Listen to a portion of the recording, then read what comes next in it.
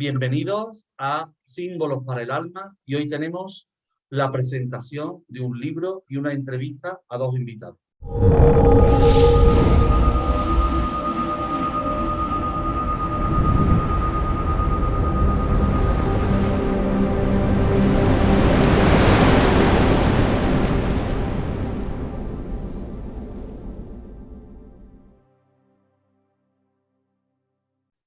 Nuestro tarot amado. Y yo comparto el título al 100%, porque si hay algo que me relaciona con el tarot es el amor a los símbolos. Y yo creo que nuestros invitados, Antonio Morales y Cristina de la Torre, comparten entre ellos ese amor a los símbolos y ese amor al tarot. Así que bienvenidos, Antonio Morales y Cristina de la Torre.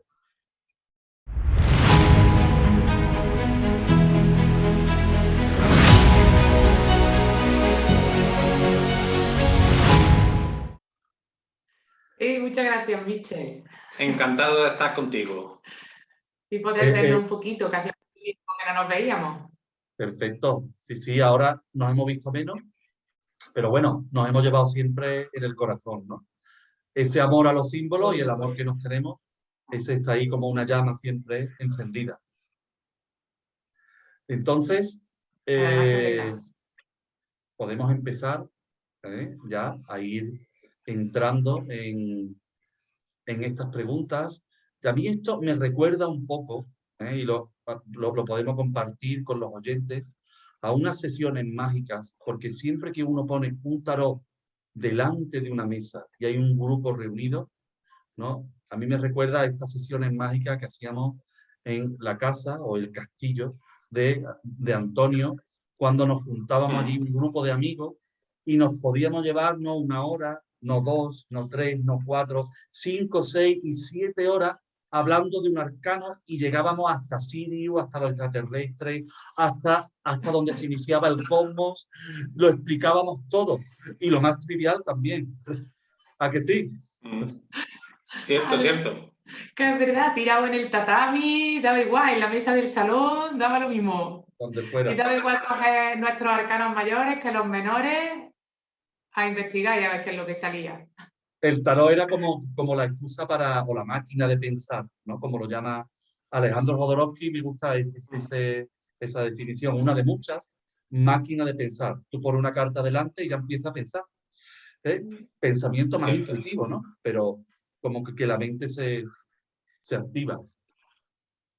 Bueno, sí, antes de haceros preguntas sobre el libro específico, a mí me gustaría preguntaros cómo surge la idea de este libro, que he tenido el placer de prologar, ¿vale? Un prólogo precioso, así que se compre las personas el libro.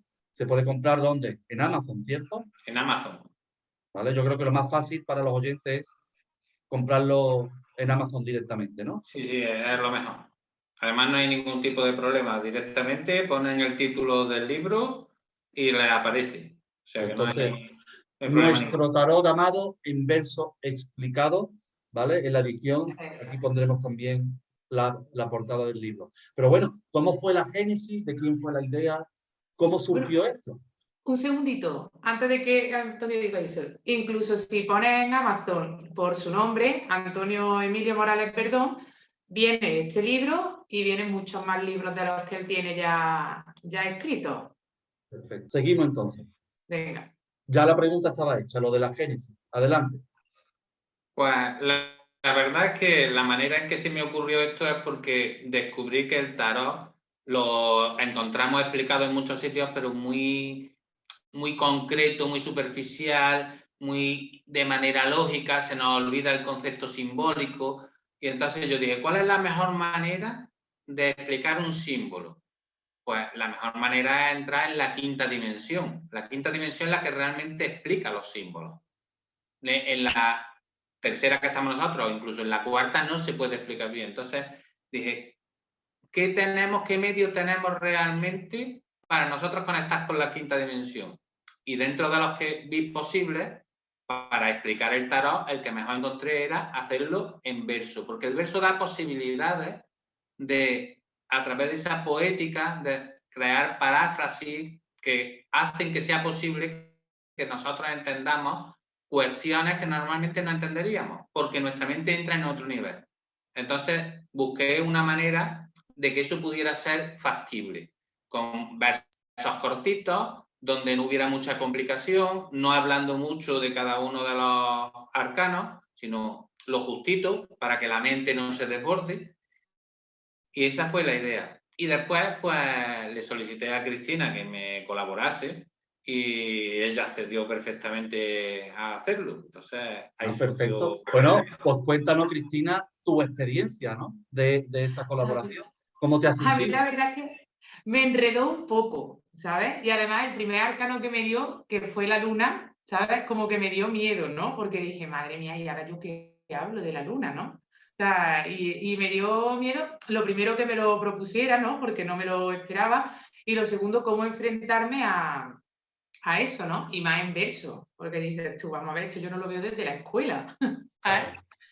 Pero bueno, la verdad es que bastante bien. Luego te dejas un poco llevar, ¿no? Te pones, como en muchas ocasiones hemos hecho, te pones el arcano delante, lo miras, duermes con él, convives con él, ¿sabes? Y vas viendo muchos símbolos y además, sobre todo con la parte de la luna, ¿no? Yo creo que ha sido el que más me ha llegado de los que he hecho. Me ha hecho ver muchas cositas dentro del arcano que no sabía. Bueno, de hecho, si vemos cosas dentro del arcano, yo creo que me daréis la razón que lo vemos dentro de nosotros, ¿no? Sí. Bueno, pues vamos a ir. Yo me he leído el libro, como lo he prologado, ¿no? Pero también había cosas que he considerado interesantes que había. Así que vamos a ir con una batería de preguntas, ¿vale? Perfecto. Y vamos a ir.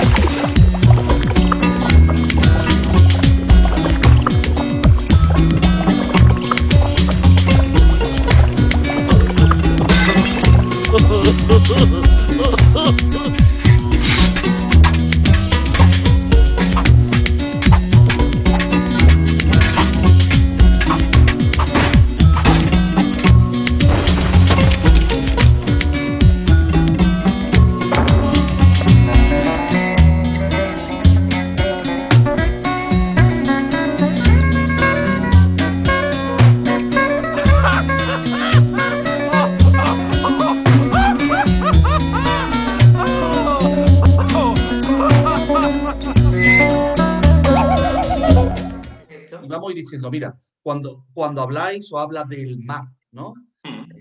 Se habla de esa relación de Lemat, que es el loco, pero también de Maat, con 2 As, que es la hija de Ra, que es la diosa de la justicia, y se habla de que escapa a lo tradicional. Ese concepto, a ver si me lo puedo aclarar. ¿Por qué escapa la justicia de toda norma si parece que ella representa la norma? Bueno, realmente porque esas normas son las que establecen los humanos, son las normas humanas, son toda la cantidad de normas que vamos generando en cada sociedad, y Lemat, por eso le llamamos el loco, es el que realmente no hace caso a esas normas. Su libertad está por encima de todo ello, hace lo que realmente le interesa. Por tanto, escapa, aunque está representando esa justicia, de ahí viene el nombre de Mat, es una justicia superior, no es la justicia humana. Por tanto, escapa a todas las normas humanas y solo se rige por las leyes superiores. Vale. Comprendido totalmente. ¿Cristina quiere decir algo o seguimos adelante? No, sigue. Yo creo que está bien explicado. Vale. Bueno, yo tengo una duda, ¿no? Porque cuando hablas de el mat, también da, porque cuando alguien pone algo es que lo considera importante, si no, pues no lo hubiera puesto, ¿no? Dice, el perro, ¿no? El perro del loco, mira, perdón, eso, el perro del loco mira al cinturón de ese loco, de ese juglar. ¿Por qué eso es importante? ¿Por qué poner ahí un verso? Porque es uno de los símbolos prioritarios que tiene el propio naipe, ¿no? Resulta que el perro, que siempre, eso lo hemos hablado muchísimas veces, representa esa estrella Sirius en latín, y claro, Sirio, el perro, el can, era el perro del cazador, de Orión. Por tanto, lo que está mirando es una de las constelaciones, la constelación del perro, que está mirando a Orión, expresamente a ese cinturón tan importantísimo como que las pirámides, por ejemplo, de Egipto, están orientadas de la misma manera, en la misma posición y con la misma distancia. Por tanto, es uno de los simbolismos más antiguos, es la expresión de que lo muy superior, incluso lo que está mezclado con la divinidad, está presente en ese juglar, en ese loco.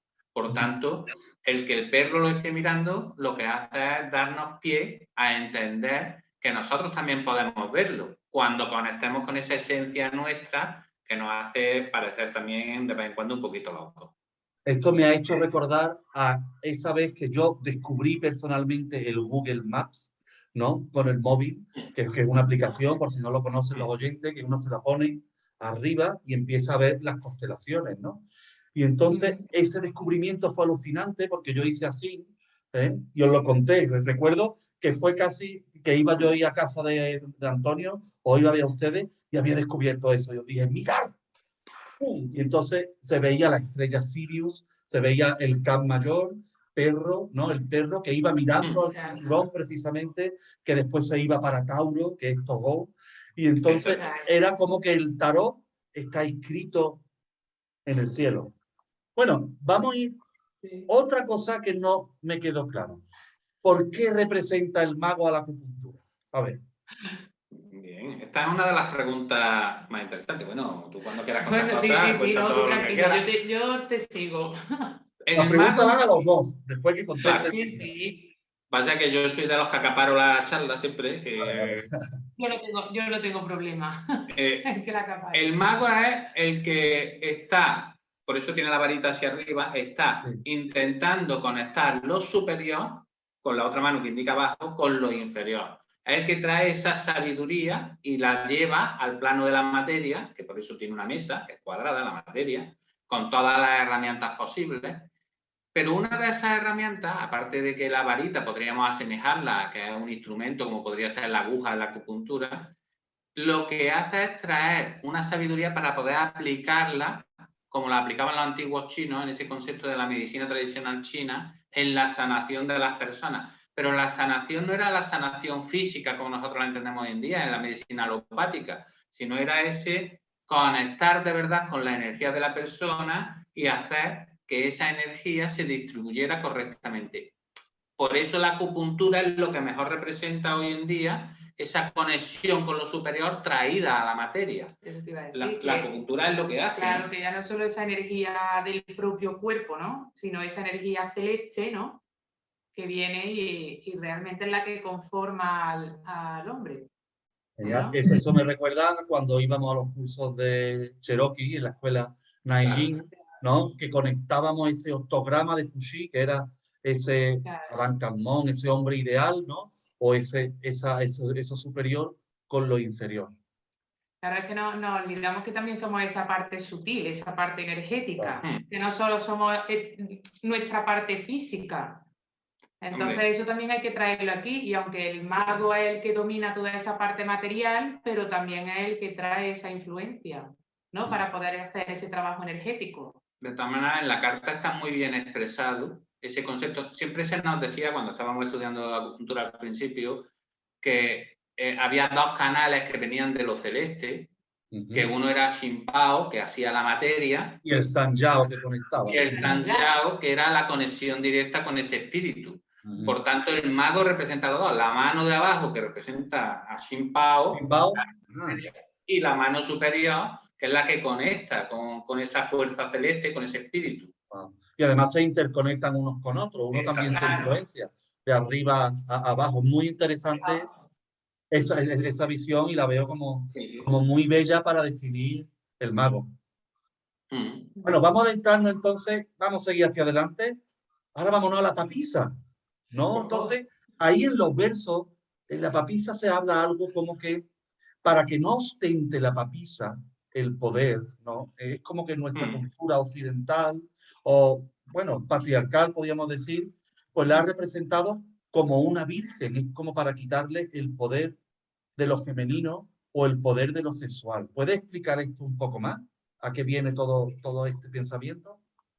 Esto, bueno, evidentemente es lo que tú estás diciendo, es ese concepto tan arcaico del patriarcado, donde la mujer no tenía importancia ninguna, y el concepto del papa, de hecho hoy en día el papa solo puede ser un hombre, pero en la Edad Media hubo una época en que tomó mucho auge el poder de la mujer, quería alzarse, quería ser igual al hombre, y en ese momento lo que se creó un mito, que era la papisa Juana, que lo que hacía era considerar que hubo una mujer, de hecho realmente la hubo una mujer que fue papa, pero fue vestida como hombre y diciendo que era un hombre.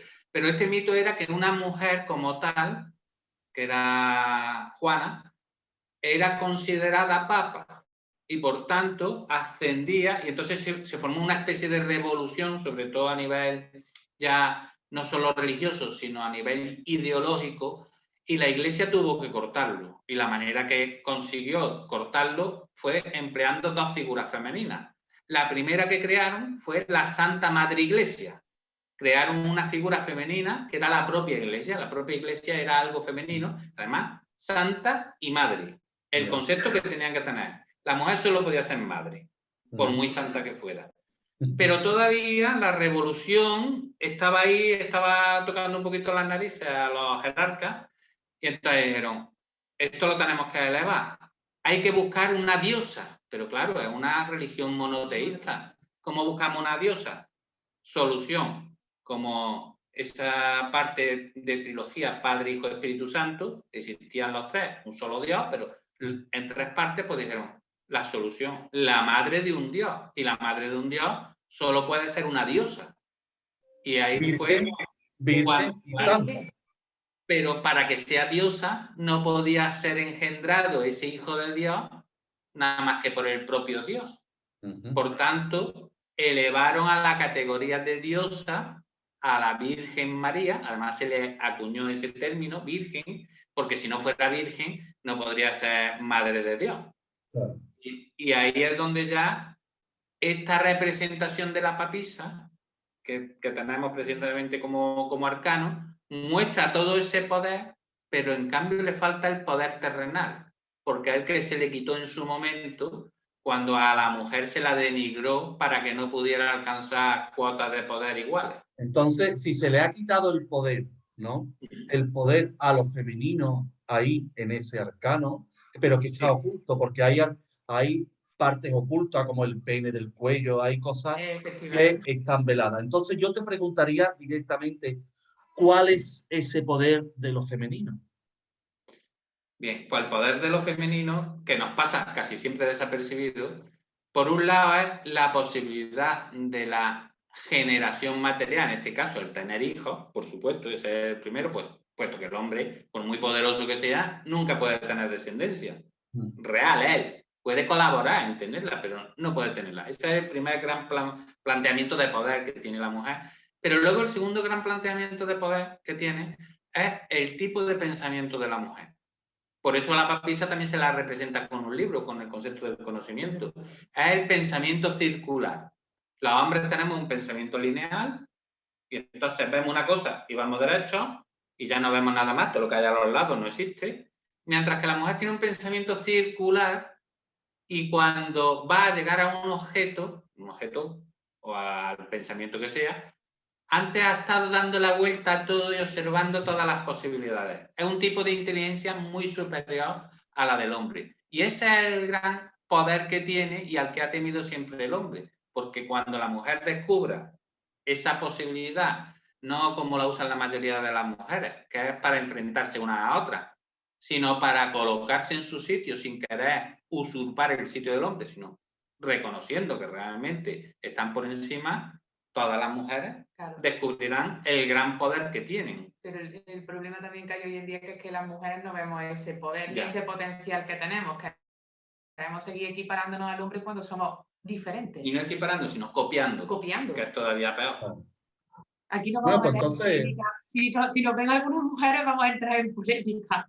No, vamos a seguir hablando ya ahora de la feminidad. Tampoco hay que entrar entre esa cosa de hombre y mujer. Sí. Entonces, yo diría, ahondando más en el concepto de la feminidad, ¿qué diferencia hay, vámonos a otros dos arcanos, entre la feminidad de la papisa y la feminidad de la emperatriz? Hombre, diga. No, tú que eres mujer, empieza. Venga, dale.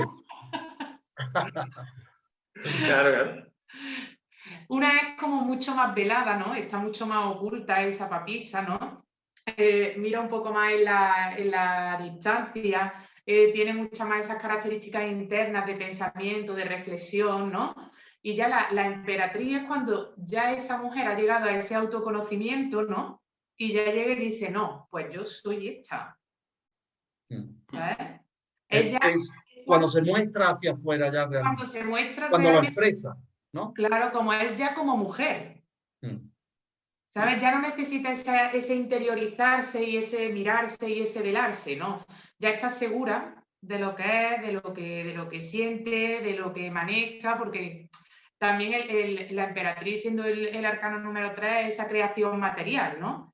Hemos dicho que con la papisa había, ¿no?, esa posibilidad, ¿no? Y ya con la emperatriz ya la posibilidad está tangible, ¿no? Pues ahí ya es cuando se genera esa parte de la feminidad, esa parte femenina. Pero yo tengo que aportar algo más. Es verdad que la emperatriz representa la feminidad pura, pero pierde la sexualidad y la sensualidad. De hecho, solo se representa a una mujer embarazada. La emperatriz es una mujer embarazada, donde su único imperio, antes decíamos que había dos poderes, es ese poder de la maternidad, es en lo único que se basa. Es una mujer joven, a diferencia de la papisa, que es una mujer madura, pues es una mujer joven que lo único importante es su fertilidad en esa etapa de la vida en la que puede ser madre. Pero no es importante toda esa sexualidad, mientras que, por ejemplo, la propia papisa, lo decíamos antes, ¿no? Ese pene que tiene enorme ahí colgado del cuello, implica que la sexualidad está muy presente en su vida, a pesar de ser la representación de una persona madura. Entonces, es verdad que la emperatriz no marca la sexualidad, sino marca ese poder solo de la maternidad, mientras que la papisa, aunque lo tiene muy oculto, lo que está marcando realmente es la propia sexualidad aparte de la maternidad. De hecho, se supone que la papisa no podría tener hijos, es una sacerdotisa. Esas sacerdotisas vestales que había, que eran vírgenes, que no podían tener ni siquiera, pero su sexualidad estaba vivida al 100%. Por tanto, son la contraposición de las dos. En una se ha quedado ya en esa parte que pueden comprobarse, ¿no?, de la emperatriz, de esa feminidad a través de la maternidad, y la otra es todo el resto de posibilidades. Genial. Entonces, vamos a ir siguiendo con la numerología. Yo sé que Antonio ha escrito un libro de numerología, ¿no?, que se llama, ¿cómo se llama el libro? Curso completo de numerología. Curso completo de numerología, que recordamos se puede adquirir en Amazon, ¿verdad? Eso es. Muy bien, pues ahí, como experto en numerología, yo te preguntaría ahora sobre la emperatriz y el emperador. En numerología se tiene entendido que los números impares son activos, masculinos, y los números pares, ¿no?, son más pasivos, femeninos. Entonces yo te preguntaría, el arcano 3, el número 3 es la emperatriz, es femenino, y el arcano 4 es el emperador, sería masculino, está como cruzado. ¿Qué diría la numerología de ese cruce o qué piensas tú? Bueno, para empezar vamos a romper mitos. No existen números ni positivos ni negativos, que es el primer mito. Por supuesto, no existen números ni masculinos ni femeninos. Y entonces la atribución que se dio en un momento viene de Pitágoras, de que consideraron sus discípulos que él había establecido una diferencia entre números positivos y números negativos, pero totalmente falso. Y la numerología, por llamarlo de alguna manera, moderna, ha querido introducir ese término. Pero realmente los números tienen de por sí una carga, que no es ni positiva ni negativa, ni masculina ni femenina. Una carga que normalmente comparte las dos polaridades, porque son muy duales todos los números, excepto el 0, que es el que engloba todo. Entonces, el número 3, la representación es la creación material. Y el número 4 es la propia materia. La gran diferencia entre el número 4, por eso es el emperador, y en este caso representa la parte más fuerte, ¿no?, la parte masculina, que es como lo representaban, es la materia ya propiamente dicha. La materia en todos sus ámbitos, desde el plano económico al cuerpo físico, todo lo que representa la materia. Mientras que el número 3, que es la emperatriz, es la posibilidad de creación de esa materia. Todavía la materia está en gestación. De hecho, en la emperatriz vemos que en el escudo lo que tiene es a un águila con un muñón todavía no está claro, se está gestando. Está gestándose todavía. Entonces, la gran diferencia entre la emperatriz y el emperador, numerológicamente, es que el emperador ya está completo, ya está terminado, ya está en su concretizado. Sí. Y todavía la emperatriz está adquiriendo ese poder, que en el fondo es la representación realmente en nuestra sociedad del hombre concretizado en su poder y la mujer que está buscando todavía alcanzarlo. Vale, perfecto. Y en el arcano 5, en el Papa, hablas, ¿no? Hablas de muchas cosas, pero de una es de un canal central. Tú hablas de las dos columnas, ¿no? Y ese canal central, ¿no? Ese punto medio, me imagino, ni en la columna del rigor de tradición masónica, ni de la misericordia. ¿Tú lo ves eso en el arcano? ¿Dónde está eso en el arcano, si está pictóricamente? ¿Y qué quieres decir con ese canal central? ¿A qué te refieres? Claro, realmente nos iríamos un poquito a dos conceptos. Primero el de la cábala, que en la cábala hay un canal central, que es el canal del equilibrio.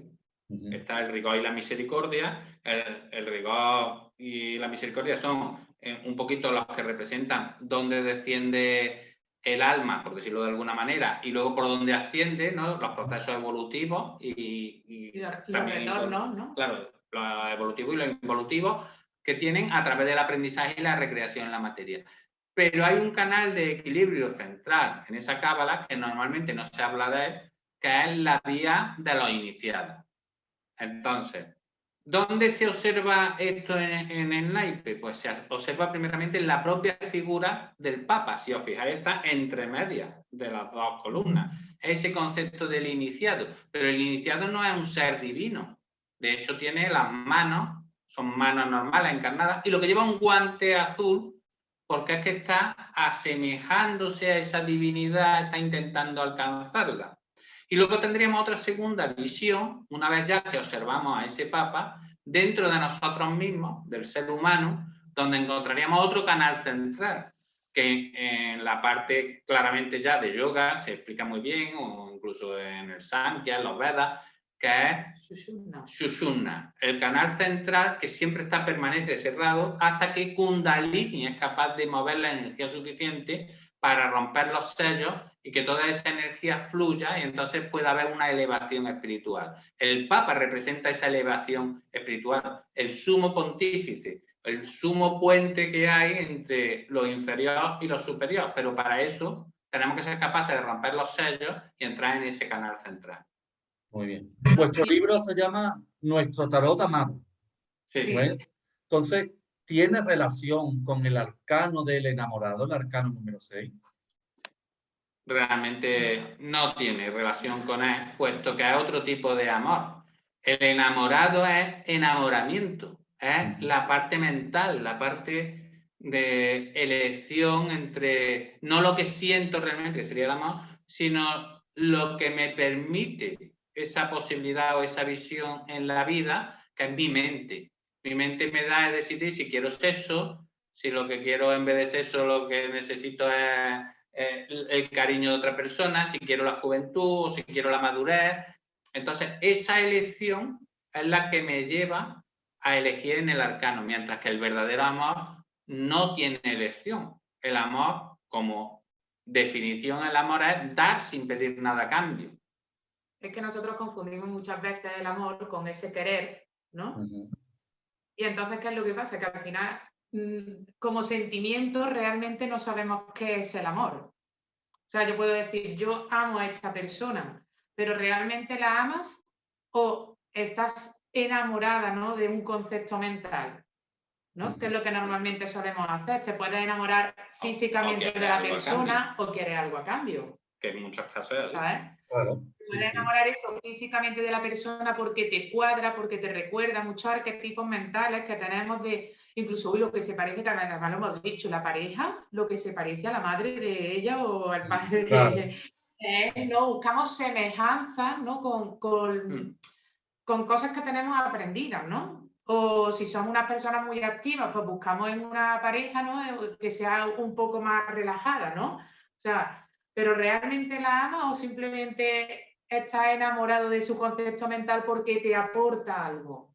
Mira, el último verso de el arcano 6 dice: sexo y amor, una decisión que toca vivir, pero Cupido, Clara tiene la decisión. Yo te pregunto, ¿qué elige el enamorado? ¿Sexo o amor? Claro, el enamorado siempre elige sexo. ¿Por qué? Porque no ha llegado al amor, está en un proceso mental. El proceso del amor corresponde a los sentimientos que están en ese plano. Él llega a la discoteca y dice: a mí dejadme de tonterías, que yo lo que quiero es lo que quiero. No, yo quiero ir al cine, vamos a tomar una tapita. Y dice: sí, claro. Pero después, ¿qué, no? Claro, eso es siempre así. Sábado, sabadete, decíamos cuando éramos Efectivamente. Pues eso mismo, eso es lo que elige. Perfecto. Bueno, ya hemos hablado un poco de la justicia. Antes vamos a pasarnos entonces al arcano 9, ¿vale? Entonces, en la página, bueno, como hay varias versiones del libro, a ver, yo tengo la página 87, ¿no? Dice: mas el torso del ser sin forma, si la cabeza a un lado dejamos y solo en su cuerpo nos centramos, en un libro de sabiduría se transforma. No es otro que el ser que anima nuestra vida, escogiendo presto al yo que anima, para junto a él experimentar última oculto, esta tras el velo de la mente dolida. Es decir, ¿quién es ese ser que lleva el ermitaño ahí oculto debajo en el libro? Ahora lo pondremos aquí, ¿vale? Cuando empiece el libro, lo voy a poner para que se vea. Pues es una muy buena pregunta. Ese ser representa a nuestro ser, al que nos maneja, al que de verdad maneja los hilos de nuestra vida, el que hace que seamos unos seres humanos. A ver, perdona que te corte. ¿Por qué es visible en el arcano 9? Y no en el 1, el 2, el 4, el 7. Claro, porque en los demás no está representado físicamente, mientras que en el arcano 9 aparece media cabeza, tapada por la capa, media cabeza. Se ve.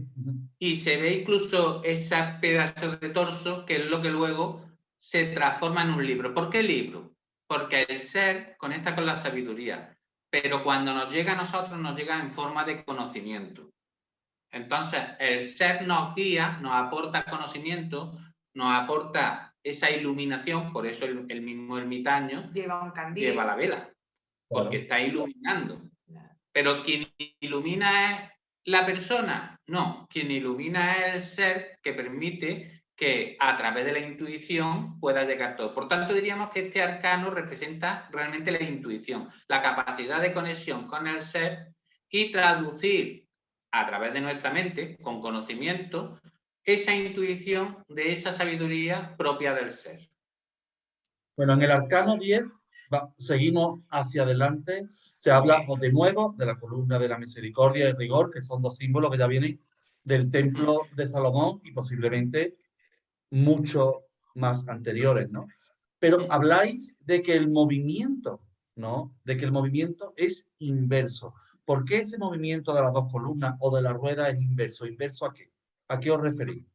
No, bueno, en este caso nos estamos refiriendo al concepto de la cábala. En la cábala hay una columna que es la que permite que se descienda o que, digamos, se llegue desde lo superior, desde esa corona, a Malkut, que es la parte más material, más densa. Entonces es un camino de descenso y luego tenemos otro camino de retorno, de ascenso de nuevo, donde ya se libera y vuelve desde nuevo de Malkut a subir hasta llegar de nuevo a la corona, que es ese concepto de lo divino. Mientras que en la rueda de la fortuna, el camino, el sentido de giro, está al revés. Tenemos la representación de la liebre y del mono, y la liebre está descendiendo, y además en la columna que sería la contraria, si mirásemos el árbol de la vida, y el mono está ascendiendo. Entonces hacen el movimiento contrario. ¿Por qué? Muy simple, porque estamos hablando del concepto del karma. El concepto del karma nos atrapa. Lo otro sería una vía de ida y vuelta en una vida, mientras que esto puede arrastrar varias vidas. Y estamos en un sentido no solo del momento, sino de ir arrastrando todo lo que tenemos a través de ese concepto del karma. Bueno, en el arcano 11 habláis de un concepto, la Eva mitocondrial, que la asociáis a la fuerza. A ver, explícate un poco más quién es esa Eva mitocondrial. Bien, primero tendríamos que saber lo que es la Eva mitocondrial, no sé si todo el mundo lo sabe, pero se supone que es la parte femenina de la que desciende todo. Sabéis siempre, ¿no? Evidentemente que hay dos partes de ADN que se mezclan, una masculina y otra femenina. Entonces, dentro de nuestra raza, vamos a concretarlo, dentro de nuestra raza hay una primera mujer que transmite su ADN, que es el concepto de la Eva mitocondrial. Que no quiere decir que sea la primera mujer de la raza, sino es la primera que hace que sea posible una transmisión generalizada de su ADN, donde además no se tiene en cuenta el ADN del hombre, solo ese ADN femenino. ¿Por qué asemejamos a la fuerza con esta Eva mitocondrial? Porque podría ser con la Eva, claro, digamos, de la Biblia es la primera mujer, pero no era la Eva mitocondrial. Porque realmente la fuerza está representando todo ese sentido femenino transmitido y que ha hecho evolucionar a la raza humana. ¿A través de qué? Si nos fijamos en la propia carta, que no solo representa la sanación, que es una de las representaciones que tiene, sino además el control de los instintos. Si nosotros hubiéramos seguido basándonos en los instintos, hubiéramos estado todavía en la prehistoria defendiéndonos de los animales salvajes y cazando a otros para poder subsistir. Por tanto, esa Eva mitocondrial es la que nos permite una elevación tanto intelectual como espiritual para conectar con otros mundos superiores, que es la expresión clara, por eso lleva a la sanación y por eso está tan vinculada luego con todos los conceptos del espíritu. No sé si se habrá entendido. Sí, yo creo que un poquito extraño.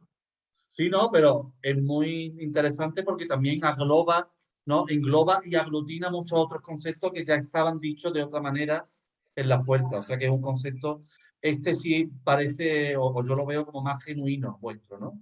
Una cosa que no se había leído antes. Y de todo, más o menos han dicho con otras palabras, lo de la Eva mitocondrial con la fuerza no lo había visto yo en ningún sitio. Claro, Bueno, vamos a seguir más. El colgado. Bueno, el colgado dice claramente un verso, ¿no? Que el colgado se corresponde con Anahata y se corresponde con los 5 sentimientos. ¿Por qué? ¿Y por qué son 5? ¿Por qué no hay 7? ¿Por qué no hay 2 sentimientos o 80.000 millones o infinitos sentimientos, ¿no? Y si esos sentimientos se ven en la carta en alguna manera, ¿cómo llegas tú a relacionar eso? ¿Qué vía intuitiva te ha llevado a decir todo esto? No, bueno, pero lo de los 5 sentimientos es que es un poquito complicado. Y además, bueno, 5, sobre todo porque la parte más en el humano y a lo que estamos tendientes son a lo que son las emociones. Ni siquiera los sentimientos pertenecen a esta parte humana, ¿vale? Entonces, ¿por qué refleja esa parte de sentimiento? Porque el colgado ya empieza la parte de la iniciación, ya empieza a tener contacto con esa parte espiritual. De ahí que representa esa parte de sentimiento, porque el espíritu es el que representa esa parte de los sentimientos. También Es uno su de los forma de versos se expresarse. habla de los 12 pétalos, ¿no? El arcano 12, y tiene Anahata, que sería la zona de los... Efectivamente. Esa es la explicación un poco de por qué se vincula Anahata con el colgado. Porque dentro de ese concepto de los sentimientos que está representando, porque realmente el colgado representa al camino del iniciado. No al iniciado, sino al camino, la vía del iniciado. Y lo está representando, por eso en algunos tipos de tarot o en numerología, por ejemplo, se le define como el apostolado. Es decir, esa vía que tenemos de seguir a un maestro, normalmente maestro interior, algunas veces maestro exterior también, y eso se sigue porque hay algo dentro, en ese sentimiento, que te dice que es el camino a seguir. Entonces, cuando se mezcla con Anahata, Anahata lo primero que vemos que es un chakra con 12 pétalos. Los 12 pétalos lo que representa es cada uno de los nadis que parten o que llegan a ese chakra, que además de esos 12 pétalos, hay 2 de ellos que están directamente conectados con Muladhara, que es la versión físico y espíritu, se mezclan los dos y lo que hace es dar la posibilidad al iniciado de encontrar realmente una vía de ascensión espiritual que le lleve a conocer todo ese otro mundo no material y que está representado plenamente en el colgado. De hecho, el colgado, la representación que tenemos nosotros no es un colgado del cuello, es un colgado de una pierna, que es un rito que se usaba en América hace mucho antes del descubrimiento de América. Lo estaban haciendo, no vamos a poner que siempre estamos con la cosa de si hacía posterior fue por el cristianismo, pues no. Era un rito que había mucho antes que se hacía con los iniciados. Se les colgaba desde un palo por el pie y si no morían, que muchos de ellos morían, entraban en una serie de aspectos superiores que eran los que permitían que ese iniciado pudiera ser el discípulo del chamán en un momento determinado y conseguir alcanzar toda esa entrada en estos mundos superiores. Y si nos damos cuenta, en relación que has dicho con lo de la parte material, el colgado, la posición de las piernas que tiene, si lo comparamos con el arcano número 4, que es la materia, tiene el mismo cruce. Bueno, ¿y por qué 5 sentimientos? ¿Por qué no son 500? Bien, porque tenemos un gran problema. Primero confundimos sentimientos con emociones. Bueno, ya os digo también que las emociones están descritas, son 270, no hay más tampoco.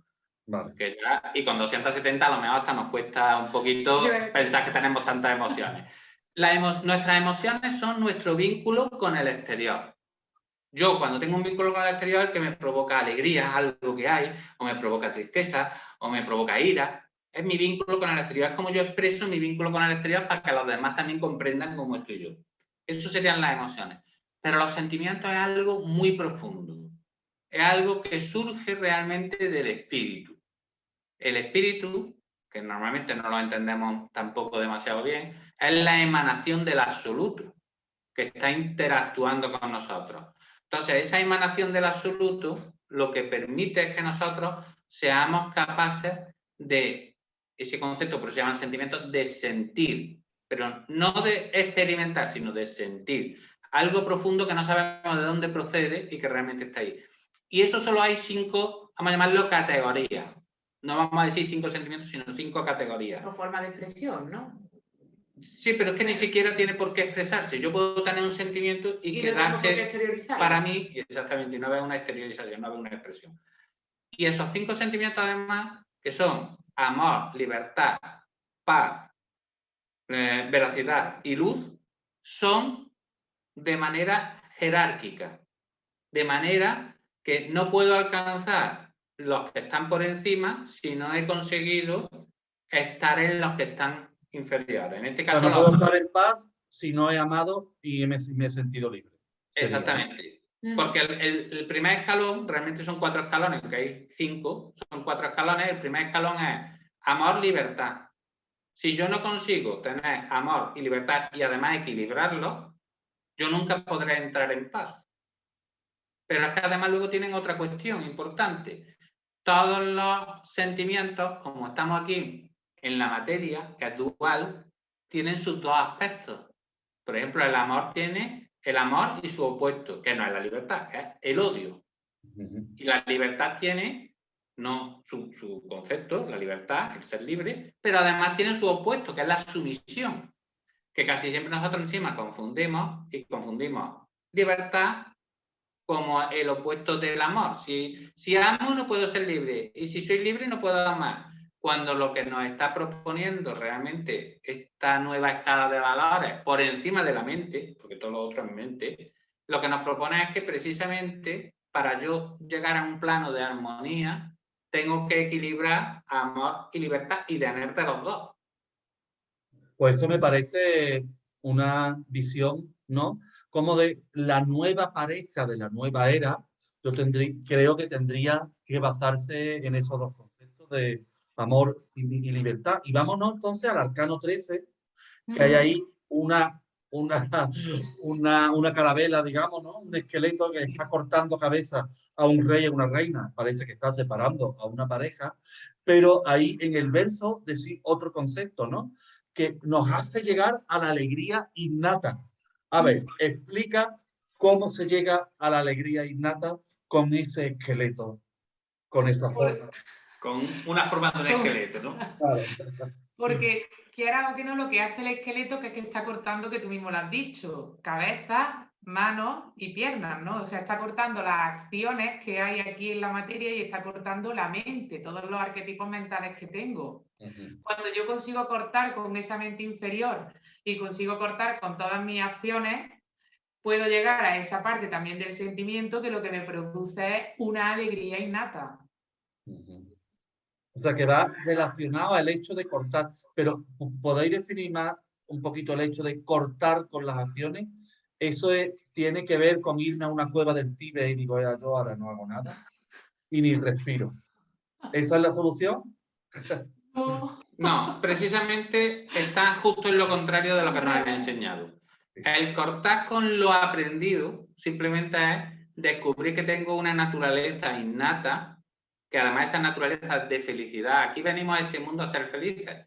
Lo que pasa es que aprendemos, porque todo lo que tenemos a nuestro alrededor nos enseña que venimos a sufrir, porque hemos cogido ese patrón y ese es el que vamos aprendiendo. Pero si nosotros nos miramos de manera innata, observamos, por ejemplo, a un niño, o observamos incluso civilizaciones de estas que hay todavía un poquito arcaicas, como pueden ser las del Amazonas, descubrimos que hay una serie de personas que son súper felices, aunque no tengan nada. Nosotros lo hemos basado todo en el sufrimiento. Entonces, la muerte, que como arcano no tiene nombre, lo llamamos la muerte, pero no tiene nombre porque se le quitó, porque lo pusieron súper negativo, porque, claro, el arcano representa cambios. Y los cambios es morir a algo para renacer a algo. Pero si tuviéramos que darle un nombre, que era el primer nombre que tenía históricamente, era la inmortalidad. La inmortalidad, ¿cómo se consigue? Con este cuerpo, imposible. Por eso aparece un esqueleto. una vez que hemos muerto, ¿por qué seguimos vivos? ¿Por qué ese esqueleto sigue vivo? Sigue vivo porque hay dentro de nosotros una parte inmortal. Uno la definen como alma, como espíritu, como ser, como queramos. Pero hay una parte inmortal y es la esencia real de este arcano. Y por eso implica una ruptura, para poder llegar a esa inmortalidad, una ruptura con todo lo establecido. En el arcano 14 dice Cristina, porque yo creo que Cristina Ese soy yo. lo vivió mucho, dice: bendito arcano que nos guías hacia un proceso interior. Colocas los acontecimientos en su justa proporción, integrándolo todo a través de la intuición. Yo te preguntaría, ¿cuál es ese proceso interior de la templanza del arcano 14 y si tú lo has vivido? Hoy, de verdad, ojalá hubiera vivido el proceso. Bueno, algo Hombre, habrá hecho, ¿no? en cierto modo se vive, ¿no? Porque está escrito y está ahí, ¿no? Está plasmado, ¿no? En el libro y está expresado. Ese proceso, ¿no? Digamos que es un poco el encontrar ya ese equilibrio, ¿no? Entre la parte más divina y la parte más terrena, ¿no? Por eso está intercambiando, ¿no? Esa agua, ¿no? Y buscando ese equilibrio. El ángel, esa parte intuitiva, la representa con esa flor, ¿no? Que tienen en la cabeza, ¿no? Que nos marca esa parte más de intuición. El ángel lo asemejamos también a esas llamadas, ¿no? A esa muchas veces que dice, uy, escucho que algo que por ahí me cuentan, ¿no? O me ha llegado la intuición, o no, pues un poco ir recolocando, ¿no? Todas esas partes en su sitio. Venimos de esa parte transformadora, ¿no? Donde ya hemos dejado atrás las partes establecidas, ¿no? Hemos dejado un poco de lo que veníamos, lo hemos dejado a un lado, y entonces ahora tenemos que empezar a acoplar lo que somos nuevos. Era como si lo anterior era romper y ahora se llega a la alquimia, ¿no? ¿Algo así? Sí, sería un poco eso, ¿no? El ir consiguiendo, ¿no? Esa mezcla y el empezar a ponerte tú en tu Formación verdadera, no solo romper, sino Ahí está. mutar, podríamos decir, ¿no? Mutar. Sí, empezar ese cambio, ¿no? A esa parte, es que tampoco no quisiera decir más espiritual, ¿no? Porque... Claro. Es que ahí a lo mejor no es el concepto mutar, ¿no? Es lo que digo, no es realmente un cambio, sino es un atemperamiento, de ahí claro. El nombre de templanza, porque es buscar lo templado, está en el término medio. No es de lo que vengo, pero tampoco todavía estoy en el proceso, todavía claro. no he llegado más. Estoy ahí. Algo así como templar es también cuando se templa una espada, ¿no? Igual. Algo está ocurriendo con la espada. Claro, se ha calentado, ¿no? Se ha transformado, y ahí cuando la espada la templamos para darle su uso, claro, es una palabra especial, ¿eh? Es verdad. Es templar, al final es templar. Además, claro, templanza también tiene dos partes de raíz, porque otra raíz de las que viene es el concepto que es tiempo. Por tanto, lo que nos enseña también es que todo hay que madurarlo con tiempo. No hay nada que de golpe se pueda conseguir. En el arcano 13 parece que es algo rotundo. Venga, cortamos y ya está. Parece que yo corto las cabezas, corto con las relaciones, claro. Y ya está. No, después tengo que templar eso y ser eso. Luego surge esa templanza, ¿no? Ese tiempo, esa maduración, ya al empezar a escuchar, ¿no? A esa parte un poco más interna, ¿no? Dejarte un poco llevar. El concepto es hermoso, ¿eh? El concepto de templar.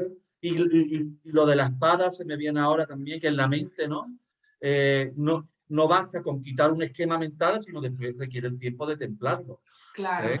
Yo creo que va por ahí la cosa. Ahora yo le voy a preguntar a Antonio sobre el diablo. Que una carta que va mucho con él, no es broma, es broma. Bueno, viene de azul como el diablo. Va de azul, digo, venga, le vamos a preguntar, ¿de qué se burla el diablo? Bueno, realmente se burla de ti, es decir, se burla de todos nosotros.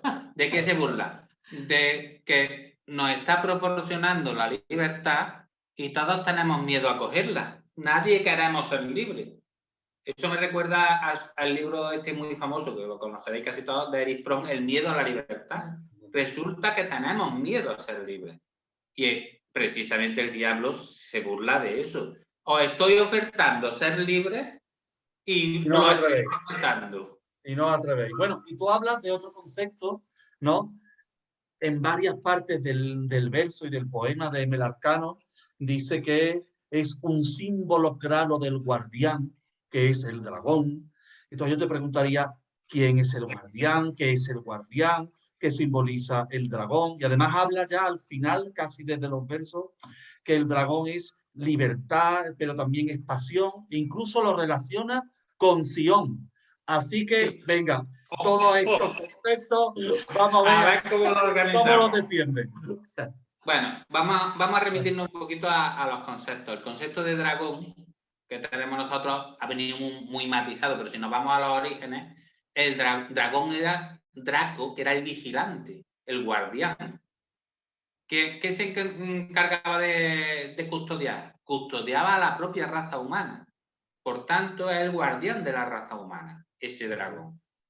Y ahora tenemos que ir remontándonos. ¿Qué pasa? Que en un momento dado, como proponía la libertad, se empezó a identificar al dragón con el diablo. De ahí que luego la figura que tenemos es el diablo. Pero realmente es el guardián, ese guardián de la libertad, de la libertad que es el libre albedrío realmente que debería tener la raza humana. Y todo esto va enlazando poquito a poco. ¿Quién es ese guardián? Pues ese guardián no es el concepto que nosotros tenemos hoy en día del diablo, sino precisamente es el del conseguidor de nuestra felicidad, de que seamos nosotros mismos. Entonces tenemos que alejarnos un poquito de ese concepto de diablo, que era lo que nos mostraban los italianos, pero no es lo que hemos, digamos, asociado ahora, sobre todo con la religión cristiana, sino es el concepto de ese guardián que nos protege. Y por eso luego está un poco relacionado. En el último verso dices tú, la figura mayor al dragón representa. El conjunto de libertad y pasión la convierten en el símbolo de Sion, el guardián de los secretos quizás no mienta. ¿Por qué es libertad y pasión? Libertad ya lo has explicado. ¿Qué tiene que ver la libertad con la pasión? ¿Y qué es Sion? Bien, vamos a empezar al revés, vamos a empezar por Sion, ¿no? Sion realmente representa la tierra prometida. Voy a remontarme un poquito a la Biblia para que lo entendamos bien, porque la tierra prometida no es que nos vayan a dar aquí una parcelita al lado, ¿no? Claro. La tierra prometida es esa elevación espiritual que Moisés se le negó. O sea, Moisés fue uno de los grandes profetas y de esos iniciados que llegaron en un momento, pero no estaba al nivel siquiera de conectar con su propio ser, a ese nivel de fusionarse con él. Entonces, la tierra prometida es cuando alcanzamos desde lo humano esa potencialidad de llegar a lo más elevado, que es la conexión con nuestro ser. Sabiendo ya lo que es Sion, para alcanzar Sion, lo humano necesita dos cuestiones fundamentales. Una, evidentemente la libertad, ya lo hemos dicho. Si yo no tengo esa libertad de elección, ya no puedo hacer nada más. Pero la siguiente es la pasión. Pero la pasión bien entendida, no la pasión como sufrimiento, que es como nos la han vendido nosotros, la pasión de Cristo. La pasión de Cristo, claro. No, sino el concepto de pasión, algo que hacemos vehementemente siguiendo a alguien o a una cosa. Que me apasiona, ¿no? Lo que me apasiona. Claro. El concepto ese que yo definí en uno de los vídeos hace tiempo del canal, definía Karuna como eso, ¿no? Compasión. Vivir apasionadamente, eso me da la compasión porque amo a los demás, amo lo que amo. Ese concepto, con pasión. Pues esto mismo es lo que expresa realmente el diablo. El diablo nos dice que tenemos que ser libres y luego experimentar todo con pasión, porque si no, de hecho, en el mismo arcano, tenemos ahí dibujados a dos diablillos semi-animales, vamos a llamarlo así. ¿Por qué semi-animales? Porque están todavía anclados en toda la materia, en lo instintivo, en la parte inferior, no tienen libertad. Y entonces están anclados, sujetos por el cuello, que realmente no deberían. ¿Por qué? Pero si tuvieran pasión suficiente, se quitarían su atadura y serían libres y podrían alcanzar lo que realmente quieren, que es igualar a ese dragón, a ese vigilante. Entonces nosotros seríamos vigilantes de los que están por debajo nuestra, pero no seríamos, en este caso, los vigilados. Ya entraríamos en esa tierra de Sion, en esa tierra prometida. Bueno, en esa libertad, cuando ya llegamos a la casa de Dios, llamada la torre en algunos tarot. En un verso decís que tiene mucha relación con el sexo y la sexualidad. ¿Por qué? Pues, es por todo. Porque el sexo proporciona libertad, quizás, ¿no? Claro. Eso ya sabemos que están muy vinculados, pero además el dibujo de la carta es, claro, una torre, por eso se le llama la torre, pero una torre que ya, además, antes de que lleguemos ahí, la propia torre ya está representando algo erecto, que representa a esa erección de un falo. ¿Qué implica eso? Evidentemente, sexo y sexualidad, pero además está abierto, ¿no? Tienes como se abre la torre y sale algo de esa torre. En la otra se pinta como un rayo que la rompe. Claro. Por eso tienes dos vertientes. Una es la fragilidad humana, que la fragilidad humana viene por el sexo. Claro. Normalmente el ser humano está dominado por el sexo y cuando una persona emplea el sexo puede dominar a otra. Y luego está la parte de la felicidad, porque el sexo lo que busca también, y esa sexualidad, busca esa elevación también. Sexo viene de seis, unión del cuerpo físico, emocional y mental de la persona con físico, mental y emocional de la otra persona. Esos tres cuerpos que se unen con los otros tres cuerpos provocan realmente el sexo, el verdadero sexo, que lo que hace es que llegamos al éxtasis realmente, que es ese gozo de los budistas y que lo que permite es la máxima felicidad. Por tanto, claro, yo creo que podríamos ir entonces a esos dos conceptos, ¿no? El sexo, por tanto, o me esclaviza o me hace libre, ¿no? Claro. Sí. Y fíjate la respuesta tuya al arcano número 6. ¿A qué es lo que elegía el enamorado? Sabemos que elegía. Además, el 6 está relacionado como grado 6 con el 16. Entonces ya podemos ahondar, pero vamos a seguir adelante porque esto me suena a una conversación hasta las 6 de la mañana de las que estamos acostumbrados, ¿vale? Y yo creo que para un vídeo, para nuestros oyentes, no vamos a avanzar, pero bueno, ya sabemos que el 6 y el 16 están relacionados por todas estas cosas y eso para el próximo libro. Vámonos al arcano 17, vámonos uno más, ¿vale? Porque la esperanza de la estrella es fingida. Habla ese concepto. E incluso se habla de la estrella de Belén.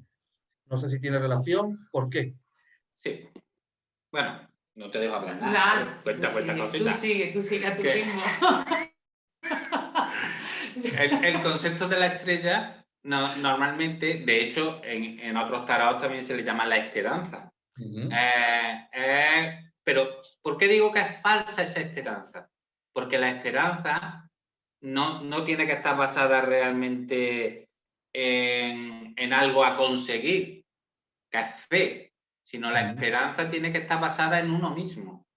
La estrella representa el fijarse en uno mismo, descubrirse uno mismo, alcanzar los valores que uno tiene y desde ahí ser capaz de conseguir todo. Pero si es por fe, es falso, es fingido. Entonces, claro, la estrella tiene una esperanza fingida, que es la de la fe. Religiosa, claro. Esa fe que no se pregunta, ¿no? Y esa fe que es más que fe, es creencia. Por eso está semi-arrodillada, porque hay una parte de fe y de creencia muy fuerte y sobre todo religiosa, pero en cambio están también las aguas, ¿no? Esas aguas que lo que hacen es y permiten que las emociones puedan fluir. De hecho, una de las jarras fluye directamente hacia el agua, hacia ese agua que está corriendo. Entonces esas emociones son las libres, pero la otra no fluye realmente. La otra está estancada.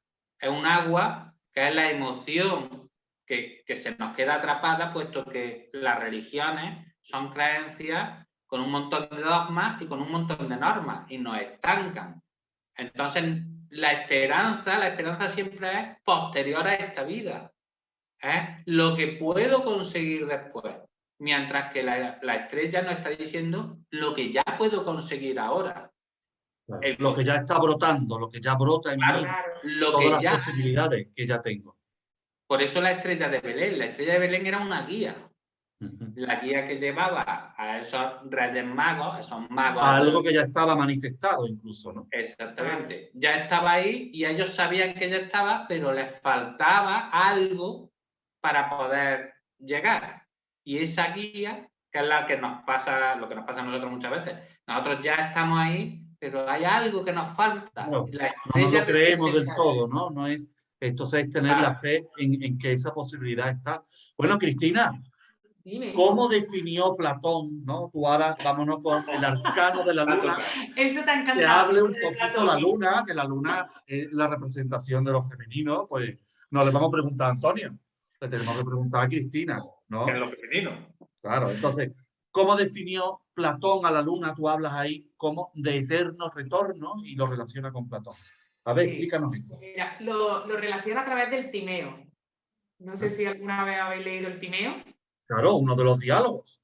Uno de los diálogos está el Timeo, está el Critias, ¿no? Claro. En el Timeo se habla de la Atlántida, creo también. Creo que ahí es la cita de la Atlántida. Efectivamente. Está en el Timeo y después en el Critias también. Sí, sí. Hace una explicación de esa parte de la Atlántida en el Timeo y luego en el Critias también la termina de definir lo que era la Atlántida. Pero define la luna como el eterno retorno porque, aparte de explicar, ¿no?, esos procesos lunares, ¿no?, donde la luna siempre lleva una evolución y luego retorna otra vez para luego volver otra vez a crecer, ¿no? Es un ciclo de evolución. Por eso es el eterno retorno. Aparte luego ahí ya nos podemos meter un poquito más en follón, ¿no? La parte profunda. En una parte un poquito más profunda. Vamos a lo profundo. Claro. Y decir que esa parte del ser, ¿no?, cuando explican, cuando muere la parte física, ¿no?, digamos que ese ser se queda en una espera, ¿no?, para volver otra vez a encarnar en un cuerpo, en un concepto que es el sublunar, ¿no? Claro. Y un concepto típico del esoterismo occidental, el sublunar. Sí. Entonces ese concepto, ¿no?, del eterno retorno, ahí es donde vamos a estar esperando, ¿no?, en esa parte lunar, para poder volver otra vez a regresar a una nueva vida. Tú hablas también de la luna como Lilith, ¿no? ¿Qué Lilith. Simboliza Lilith? ¿Qué relación tiene Lilith con la luna? Porque Lilith es lo femenino, lo puramente femenino. A ver, explícanos a los oyentes, ¿qué es Lilith? Lilith, ¿Quién es? bueno, a Lilith la pone muchas veces también como la diosa negra, ¿no? Digamos que la nombran también como la primera mujer de Adán, ¿no? Sí. Y ella Antes de Eva, anterior a Eva. Anterior a Eva, y fue desterrada, ¿no?, de esa parte de estar con Adán. Pues eso es Lilith. La historia, no, ya no hablaron más de ella. No, sí, porque además era la parte más instintiva, la parte más pura. ¿Sabes? Por eso es Lilith, ¿no? Era esa parte, digamos, como... si además os dais cuenta que el arcano está en la parte de la luna, pero también está representado el sol, ¿no? Entonces esa luna, esa Lilith, lo que hacía era ocultar ese sol, ¿no? En el esoterismo gnóstico se dice que la luna vela al sol. ¿Por qué? Porque los atributos, en este caso no de la luna que nosotros entendemos, de Selene, que era como la describían como diosa los griegos, que era ese concepto de Venus, de la belleza, sino la verdadera diosa femenina vela al sol que representa lo masculino, al hombre. De nuevo, un alegato al poder de la mujer. Entonces, en el arcano 19 ya vamos a pasar al sol. Habláis de que el sol simboliza a la inspiración. ¿Qué es la inspiración? ¿Por qué el sol es la inspiración? Bien, la inspiración, para entenderlo bien, la inspiración es la conexión que tenemos con nuestro ser y la transmisión de esa sabiduría directa a nuestra mente inferior, que la transforma a través de la lógica en algo utilizable. ¿Por qué se asocia con el sol? Porque tenemos que remontarnos a los egipcios, bueno, muy anterior a los egipcios, pero a los egipcios, cuando definían a Ra. Ra, no Atón, que es el disco solar, sino Ra, que era ese dios creador que representaba la propia inspiración y se le asemejaba al sol. Por tanto, El sol aquí está queriendo representar esa inspiración, esa fuente de sabiduría que es capaz de descender a los hombres, en este caso a la raza humana. En uno de los versos habla mucho de las gotas, esas gotas, ¿no? Que ascienden o descienden, no sabemos, ya nos contará cuál es tu visión, en qué se diferencian esas gotas de la luna de las del sol. Realmente son las mismas. Incluso dibujadas, si las observamos, es la misma gota.